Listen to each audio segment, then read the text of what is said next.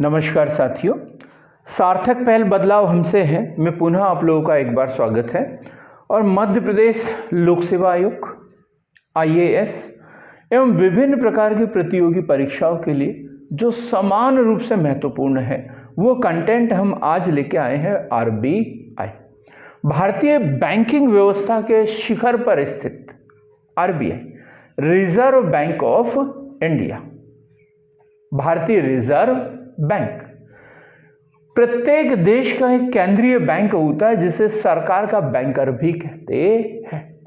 इस वीडियो में हम देखेंगे किस तरीके से RBI का गठन हुआ है, कैसे कैसे प्लान आए हैं, कौन कौन सी योजना इसके लिए बनी है, कौन कौन से कार्य भारतीय रिजर्व बैंक करता है, अपने कार्यों को करने में ये कहाँ तक सफल रहा है, कहाँ तक असफल रहा है।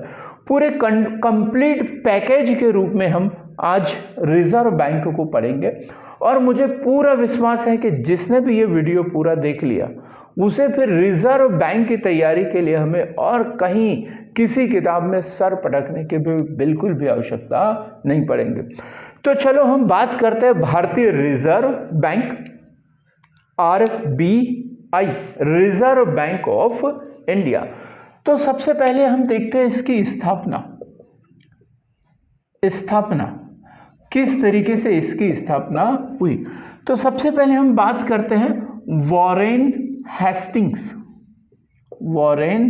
हेस्टिंग्स, ये बंगाल के गवर्नर। जब 1772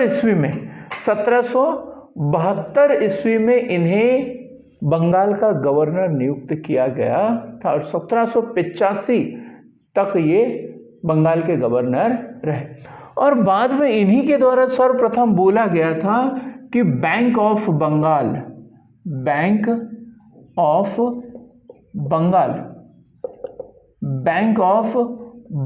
को भारत का केंद्रीय बैंक बना देना चाहिए। मित्रों, क्या बैंक ऑफ बंगाल को भारत का केंद्रीय बैंक बना देना चाहिए? ये सर्वप्रथम अनुशंसा किसके द्वारा की गई?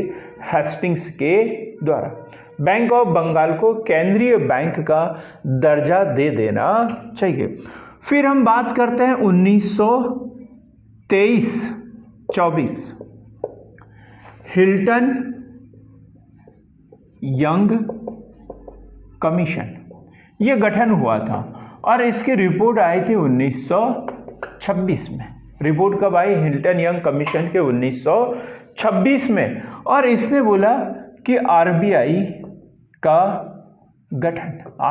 का गठन किया ही जाना चाहिए। ये क्वेश्चन बार बार पूछा जाता है। हिल्टन यंग कमीशन कब रिपोर्ट आई थी? इसकी 1926 में। और इन्होंने सर्वप्रथम बोला था कि RBI का गठन करना चाहिए, हिल्टन यंग कमीशन। इसके बाद में ये जो प्रस्ताव 1933 में ये प्रस्ताव जो है वायसराय की RBI के गठन का प्रस्ताव वायसराय की काउंसिल द्वारा वायसराय की काउंसिल द्वारा स्वीकृत किया गया। कब? 1933 में।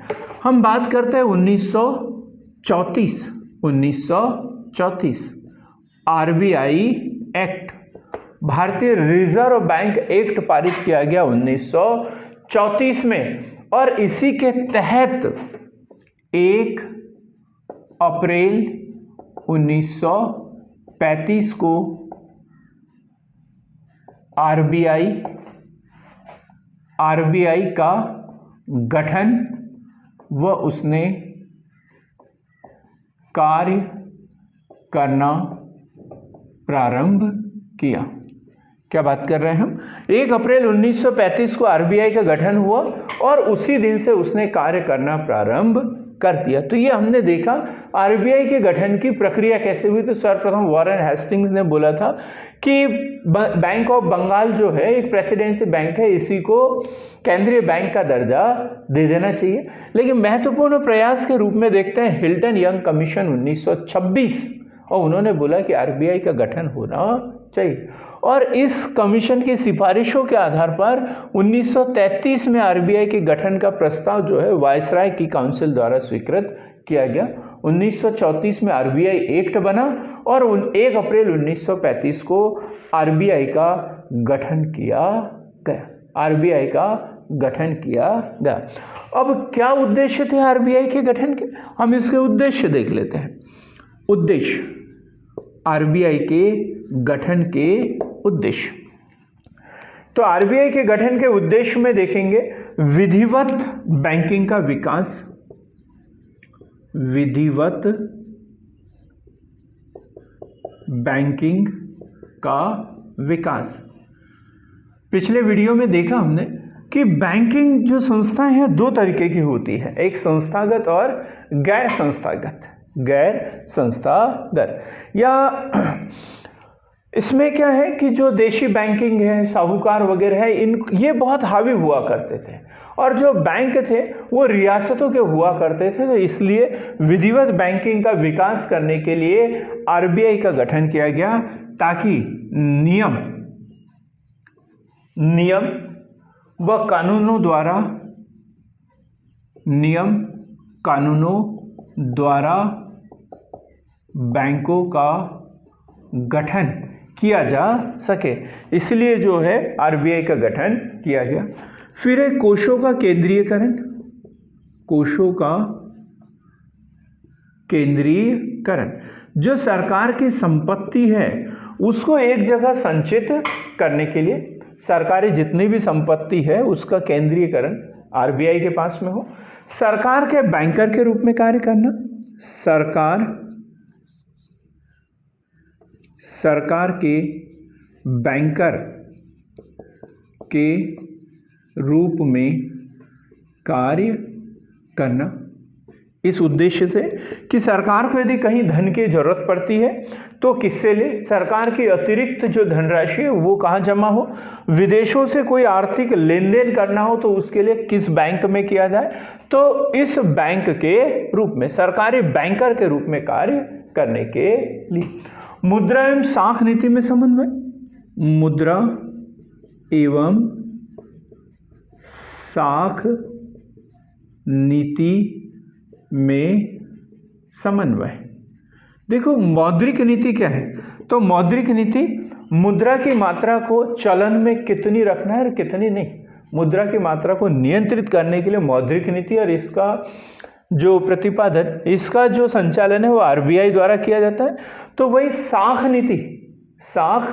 नीति कितने ऋण देना है, क्या करना है, इन दोनों नीतियों में समन्वय स्थापित करने के लिए। इसमें साख नीति में उधार देना, ब्याज की दर कितनी हो, ये सब कुछ जो है, और मौद्रिक नीति में सीआरआर, एसएलआर, ये सब घटक इसमें शामिल होंगे। कृषि साख का प्रबंध करना, कृषि साख का प्रबंध करना, कृषि साख का प्रबंध करना, साख मतलब ऋण, कृषि के लिए ऋणों की व्यवस्था करना। भारत में जो है ये कृषि के लिए बड़ी दिक्कत वाली बात है, किसानों की स्थिति बड़ी दयनीय है और उनके लिए ऋणों की व्यवस्था बहुत ही कम हो पाती है। तो इसके लिए आरबीआई का गठन किया गया। विदेशों से मौद्रिक संपर्क, विदेशों से मौद्रिक संपर्क, विदेशों से मौद्रिक संपर्क, विदेशों से ऋण लेना है या ऋण देना है, ब्याज की राशि लेना है, तो ये सब किसी अकाउंट में होना चाहिए, और इसके लिए आरबीआई। रुपए के मूल्य में स्थिरता, रुपए के मूल्य में स्थिरता। देखिए जो मौद्रिक स्थिति है वो बाजार में उच्चावचनों के कारण प्रभावित होते रहते हैं। कभी मंदी की स्थिति बनी रहती है तो उसमें मुद्रा का मूल्य बढ़ जाता है, कभी तेजी की स्थिति बनती है मुद्रास्फीति की, इसमें मुद्रा का मूल्य एकदम कम हो जाता है। तो अंतरराष्ट्रीय स्तर पर और देशी स्तर पर भारतीय मुद्रा का मूल्य स्थिर बनाए रखने के लिए भी हमें एक बैंक की जरूरत थी। मुद्रा बाजार का संगठन, मुद्रा बाजार का संगठन, मुद्रा बाजार का संगठन। भारतीय जो वित्तीय बाजार है इसे दो भागों में बांटा गया है। एक है मुद्रा बाजार, मुद्रा बाजार, और दूसरा है पूंजी बाजार, पूंजी बाजार। तो मुद्रा बाजार मतलब ऐसी आर्थिक परिसंपत्तियां, ऐसी मौद्रिक व वित्तीय परिसंपत्तियां जिनका लेन देन अल्पकाल के लिए किया जाता है, तो उसे मुद्रा बाजार कहते हैं, जिसमें आरबीआई वगैरह आएगा, और जिसमें मौद्रिक परिसंपत्तियों का दीर्घकालीन लंबे समय के लिए 1 वर्ष या उससे अधिक समय अवधि के लिए लेन देन किया जाता है, तो उसे कहते हैं पूंजी बाजार। और पूंजी बाजार का जो नियंत्रण है वो सेबी के द्वारा किया जाता है, सेबी के द्वारा किया जाता है, central exchange board of India, SEBI के द्वारा किया जाता है। तो इन ढेर सारे उद्देश्यों के साथ में जो है आरबीआई का गठन 1 अप्रैल 1935 को किया गया। इसके अलावा आंकड़ों का संकलन एवं प्रकाशन, आंकड़ों का संकलन व प्रकाशन, आंकड़ों का संकलन व प्रकाशन। अब हम देखते हैं जब 1 अप्रैल 1935 को जब आरबीआई का गठन किया तो वो किस स्थिति में था। 1 अप्रैल 1935 को आरबीआई का गठन, तो जब गठन हुआ तब अधिकृत पूंजी थी, वो थी 5 करोड़ रुपए। 5 करोड़ रुपए की अधिकृत पूंजी के साथ में 1 अप्रैल 1935 को इसका गठन किया गया। और इसमें सरकार का हिस्सा बहुत कम, 20 से 25 लाख, और बाकी शेष जो है वो है निजी शेयर होल्डर्स का हिस्सा। मतलब इस बैंक की जो स्थापना हुई थी वो निजी शेयर होल्डर्स के रूप में की गई थी। हमने पहले लिख लिया सरकार का हिस्सा 20 से 25 लाख, लेकिन बहुत ही कम। मुख्य रूप से जो 5 करोड़ रुपए है वो किसके हैं, निजी शेयर होल्डर्स के है। समस्त अंश पूंजी जो है वो निजी शेयर होल्डर्स की है, और वो 100 रुपए के 100 रुपए के 5 लाख शेयर या अंशों में विभक्त थी। 100 रुपए के 5 लाख शेयर्स के रूप में विभक्त थी। अब क्या हुआ, 1 जनवरी 1949, ये जो फैक्ट है ये भी हमें याद करने की बहुत ज़रूरत होती है, क्योंकि गठन कब हुआ और उसका राष्ट्रीयकरण कब हुआ, बड़ी दिक्कत वाली बात है। तो 1 जनवरी 1949 को राष्ट्रीयकरण किया गया। और प्रत्येक जो शेयर थे, 100 रुपए के जो शेयर थे, उनको 119 रुपए के हिसाब से पूरी राशि निजी शेयर होल्डरों की लौटा दी गई। और ये पूरी जो अंश पूंजी अब जो पहले 20-22 लाख रुपए सरकार की थी, पूर्ण रूप से ये सरकार के हो गई। तो शेयर जो थे वो सरकार ने खरीद लिया इसके लिए, ठीक। और वर्तमान में जो है, वर्तमान में आरबीआई के पास कितनी राशि है इनकी, 5 करोड़ रुपए की, 5 करोड़ रुपए की अंश पूंजी के अतिरिक्त 150 करोड़ का रिजर्व अतिरिक्त संचित कोष अतिरिक्त संचित कोष भी है। तो देखो 1 अप्रैल 1935 को जब आरबीआई का गठन हुआ तो ये निजी शेयर होल्डरों के बैंक के रूप में हुआ। 5 करोड़ इसकी अंश पूंजी थी और ये भी 100 रुपए के 5 लाख शेयरों में विभक्त थी। 1 जनवरी 1949 को जब आरबीआई का राष्ट्रीयकरण किया गया तो जो शेयर होल्डर्स थे 100 रुपए के जो शेयर थे उसके बदले में 119 रुपए कुछ पैसे जो है उन्हें लौटा दिए और इसका राष्ट्रीयकरण कर दिया गया। वर्तमान में आरबीआई के पास में जो है वो 5 करोड़ रुपए के अंश पूंजी के अतिरिक्त 150 करोड़ का अतिरिक्त संचित कोष भी है। अतिरिक्त संचित कोष भी है। अगला जो पॉइंट होगा जो हम पढ़ेंगे वो पढ़ेंगे आरबीआई का प्रबंधन। आरबीआई का प्रबंधन। आरबीआई का प्रबंधन कौन करता है, इसका प्रबंध क्या टेक्निक है। तो आरबीआई का प्रबंध करने के लिए है केंद्रीय संचालक बोर्ड। कौन है, एक केंद्रीय संचालक बोर्ड, इसके द्वारा इसका प्रबंधन किया जाता है। केंद्रीय संचालक बोर्ड। तो सबसे पहले तो एक होता है गवर्नर। गवर्नर एक होगा गवर्नर, और गवर्नर इसका सर्वोच्च अधिकारी। सर्वोच्च अधिकारी आप लोगों ने देखा होगा जो 2 रुपये उससे बड़े नोट, 1 रुपये को छोड़कर 2 रुपये उससे बड़े जितने भी नोट होते हैं उन सब के ऊपर गवर्नर के सिग्नेचर होते हैं। आपने रघुराम राजन, सी रंगराजन, वाई.वी. रेड्डी ऐसे लोगों के सिग्नेचर आपने देखा होगा। तो सर्वोच्च अधिकारी होता है गवर्नर। इसमें होते हैं 4 deputy governor. 4 deputy governor. 4 deputy governor. एक जो होगा वित्त मंत्रालय। वित्त मंत्रालय। वित्त मंत्रालय का नियुक्त सरकारी अधिकारी, और ये कहलाता है सीईओ, वित्त सचिव जिसे कहते हैं। और यही जो है 1 रुपए के नोट पर सिग्नेचर करता है। लिखा हुआ होता है 1 रुपए के नोट के ऊपर वित्त सचिव भारत सरकार। तो 2 रुपये या उससे अधिक के नोट है इसके ऊपर जो गवर्नर, आरबीआई के गवर्नर के सिग्नेचर होंगे, और 1 रुपये का नोट है इसके ऊपर वित्त सचिव भारत सरकार के सिग्नेचर होते हैं। 10 जो है 10 भारत सरकार द्वारा नियुक्त संचालक।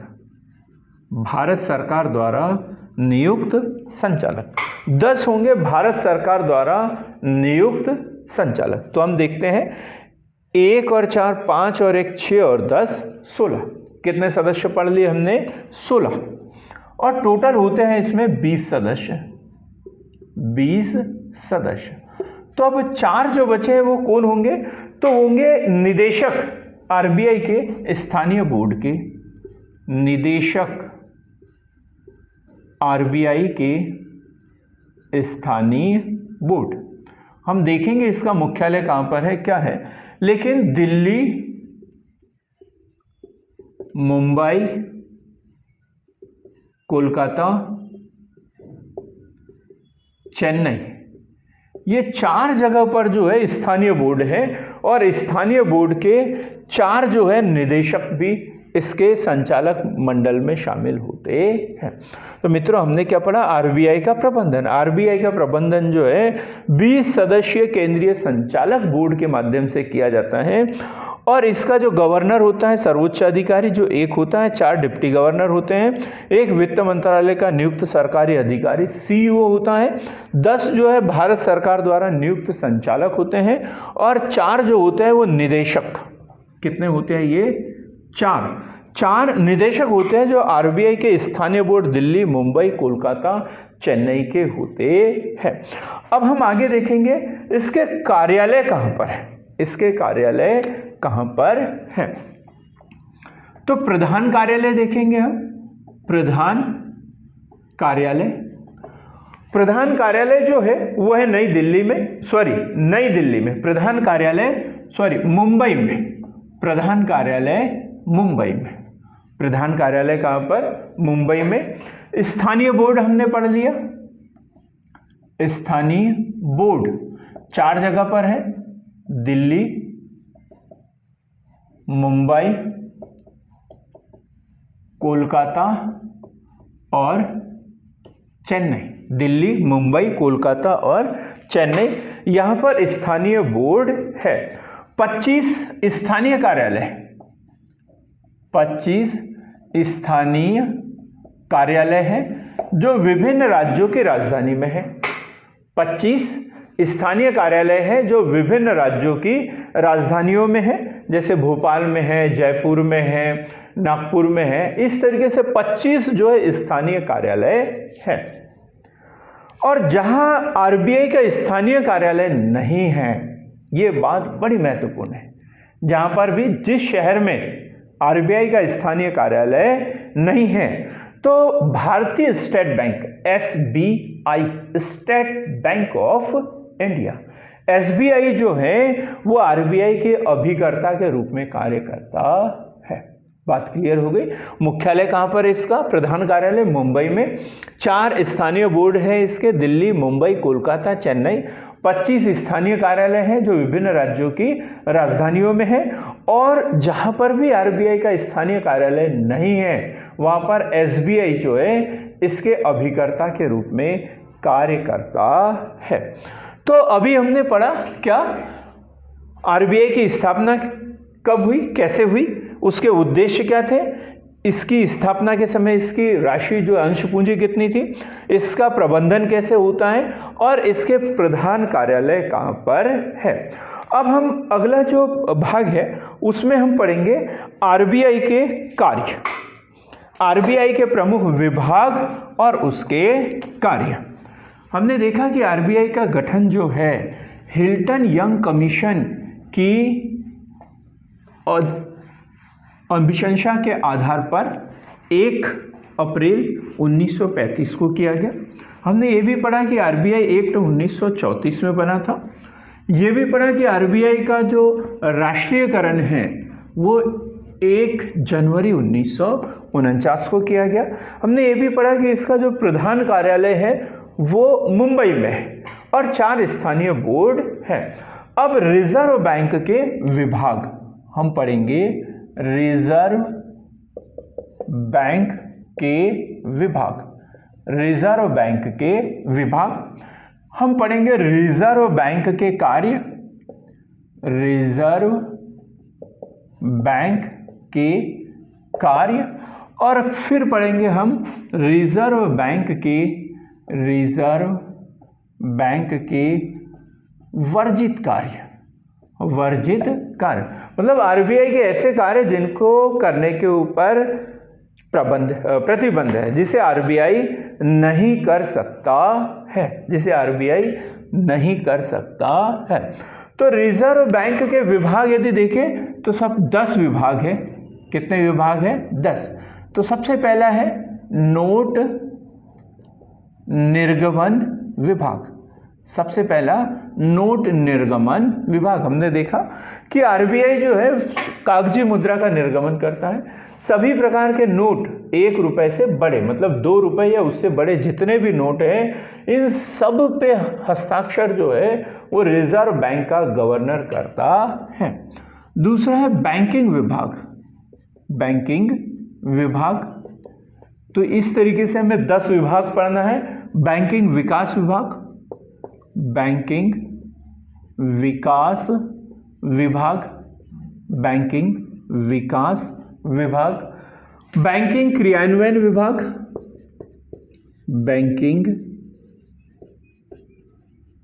क्रियान्वयन विभाग, बैंकिंग क्रियान्वयन विभाग, विनिमय नियंत्रण विभाग, विनिमय नियंत्रण विभाग, विनिमय विदेशी मुद्रा का लेन देन जो है उसे किस तरीके से नियंत्रित करना है।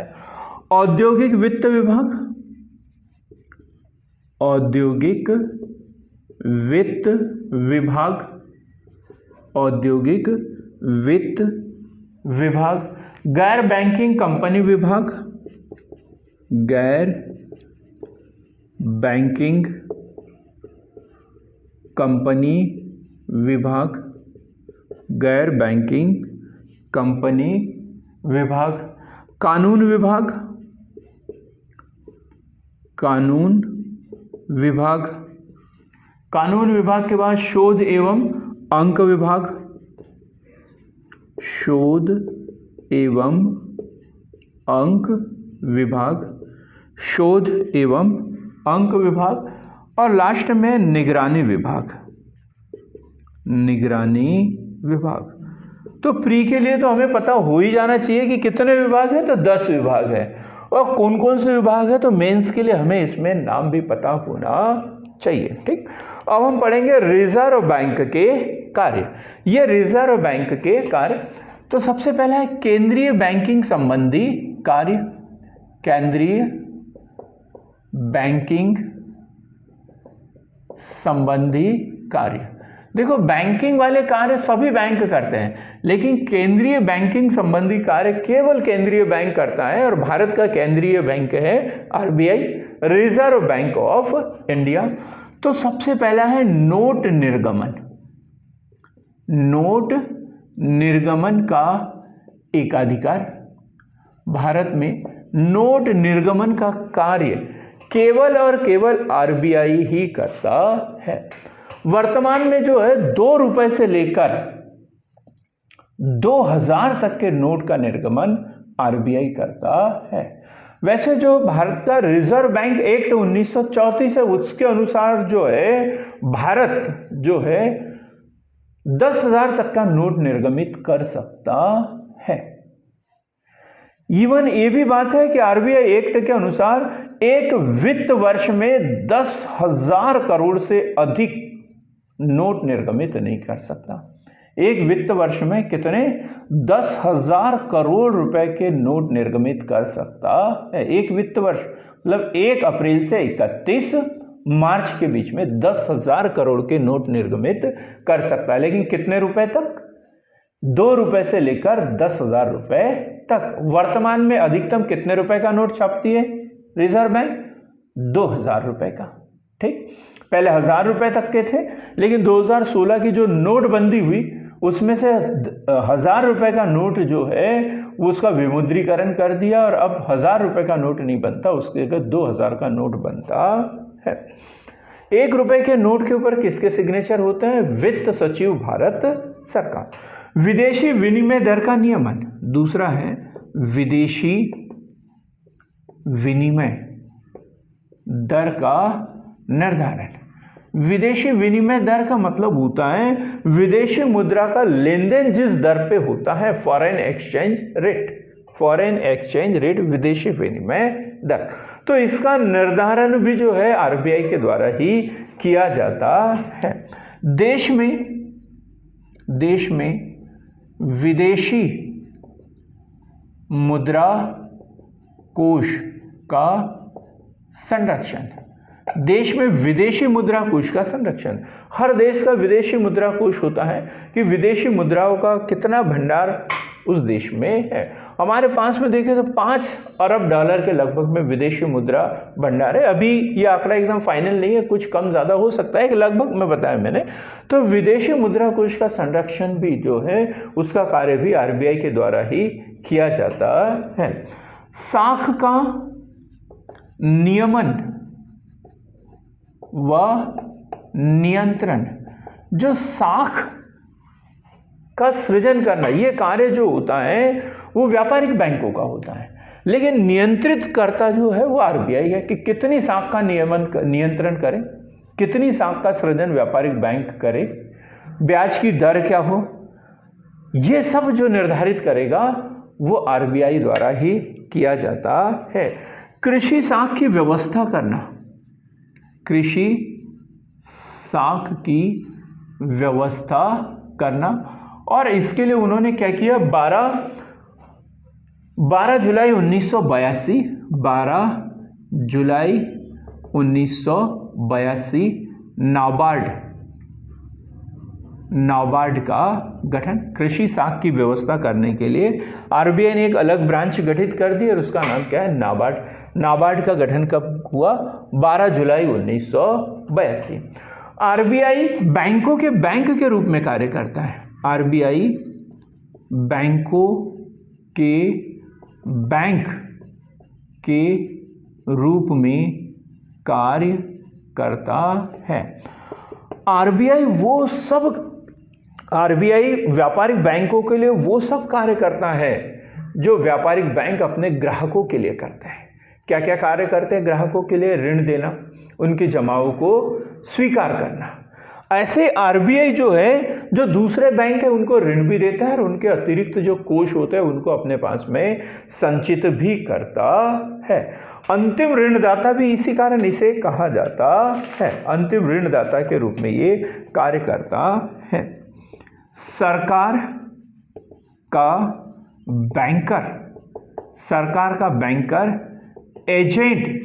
बैंकर एजेंट एवं सलाहकार के रूप में कार्य करता है। ये क्वेश्चन बनता है। सरकार का बैंकर कौन सा है? आरबीआई। क्योंकि सरकार के नाम से विदेशों में जितने भी खाते खुलते हैं वो आरबीआई में ही खुलते हैं।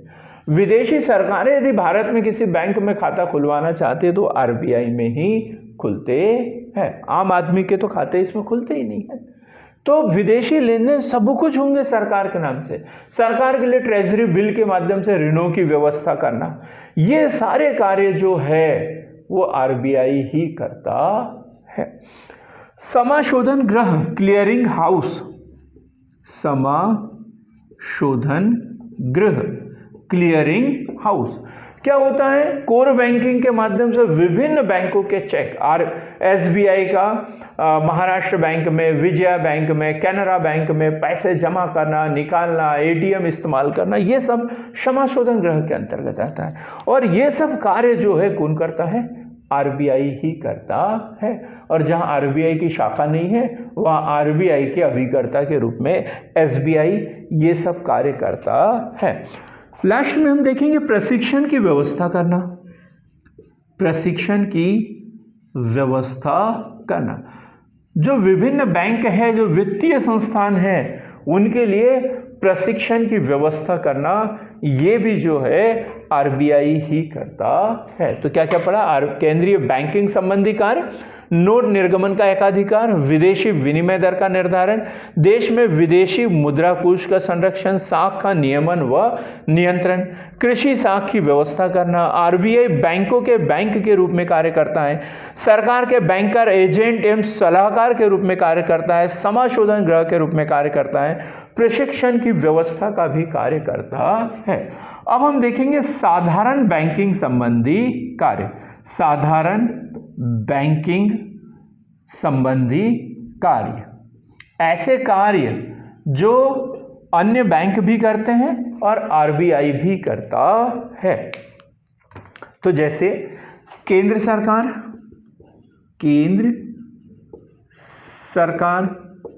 राज्य सरकार, केंद्र सरकार, राज्य सरकार बैंकों व अन्य संस्थाओं को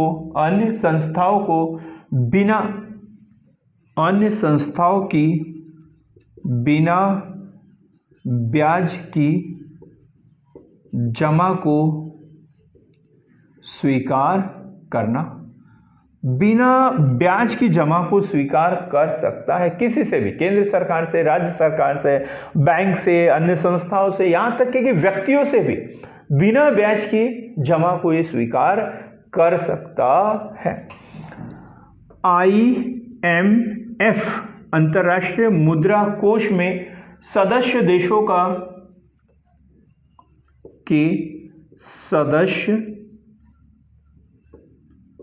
देशों का आरबीआई में खाते खुलवाना। जो IMF के जितने भी सदस्य देश हैं उन सभी सदस्य देशों के RBI जो है अपने में खाते खुलवाता है। विश्व बैंक के साथ साथ लेन देन करना, WB वर्ल्ड बैंक के साथ लेन देन करना, लेन देन करना, वर्ल्ड बैंक के साथ लेन देन करना, स्वर्ण सिक्कों व धातु का क्रय विक्रय करना, स्वर्ण सिक्कों व धातु का क्रय विक्रय करना। क्या? स्वर्ण सिक्कों व धातु का क्रय विक्रय करना।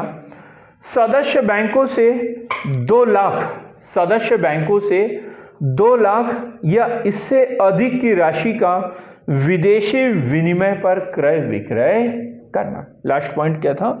सदस्य बैंकों से 2 लाख या इससे अधिक की राशि का विदेशी विनिमय पर क्रय विक्रय करना।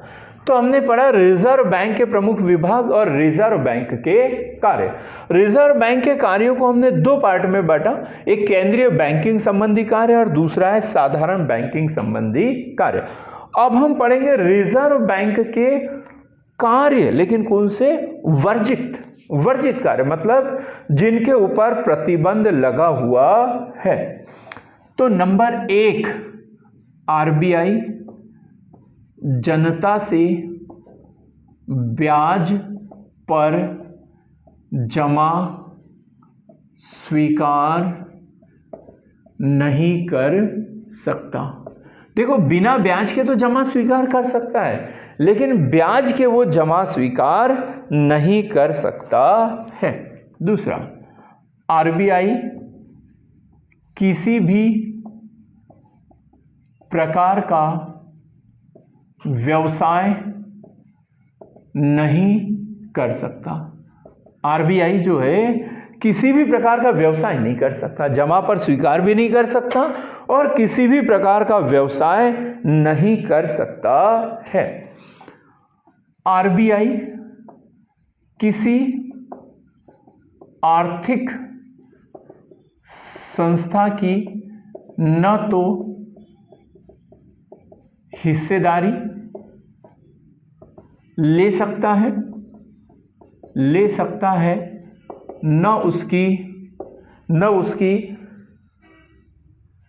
आर्थिक मदद कर सकता है, न उसकी आर्थिक सहायता कर सकता है, न उसकी कोई आर्थिक सहायता कर सकता है। RBI गैर जमानती ऋण नहीं दे सकता। RBI गैर जमानती ऋण नहीं दे सकता। हम देखेंगे कि RBI जो ऋण देता है बैंकों को तो किस तरीके से ऋण देता है, अगले वीडियो में हम वो पूरा पढ़ेंगे, लेकिन गैर जमानती ऋण नहीं दे सकता। आगे और 2 पॉइंट हमें नोट करना है कि RBI जो है अचल संपत्ति की जमानत पर न तो ऋण दे सकता है, अचल संपत्ति की जमानत पर ना तो ऋण दे सकता है और ना ही अपने कार्यालय के अतिरिक्त अन्य किसी उद्देश्य से अचल संपत्ति क्रय कर सकता है। जो जमीन वगैरह है इसके आधार पर वो ऋण नहीं दे सकता और अपने कार्यालय के लिए, कर्मचारियों के निवास के लिए तो अचल संपत्ति क्रय कर सकता है, लेकिन इनके अलावा अन्य किसी उद्देश्य से वो अचल संपत्ति क्रय भी नहीं कर सकता है। लास्ट पॉइंट ये है कि RBI किसी कंपनी के अंश न तो खरीद सकता है, RBI किसी कंपनी के अंश न तो क्रय कर सकता है और न ही उसकी जमानत पर ऋण दे सकता है और न ही उसकी जमानत पर ऋण दे सकता है। तो मित्रों, आज के वीडियो में हमने देखा कि आरबीआई के गठन की अनुशंसा कैसे की गई थी, क्या प्लानिंग थी आरबीआई के गठन की, क्या उद्देश्य थे, कौन कौन से कार्य करता है, कौन कौन से वर्जित कार्य है, और रिजर्व बैंक का प्रबंध कैसे होता है। तो मित्रों, हमारे साथ बने रहिए, सार्थक पहल का हिस्सा बनिए और ऐसे ही मनोरंजक जानकारी हमसे प्राप्त किया करें। हमारे चैनल को लाइक कीजिए, शेयर कीजिए और अधिक से अधिक लोगों तक इसे पहुंचाने के लिए सब्सक्राइब कीजिए। बहुत बहुत धन्यवाद।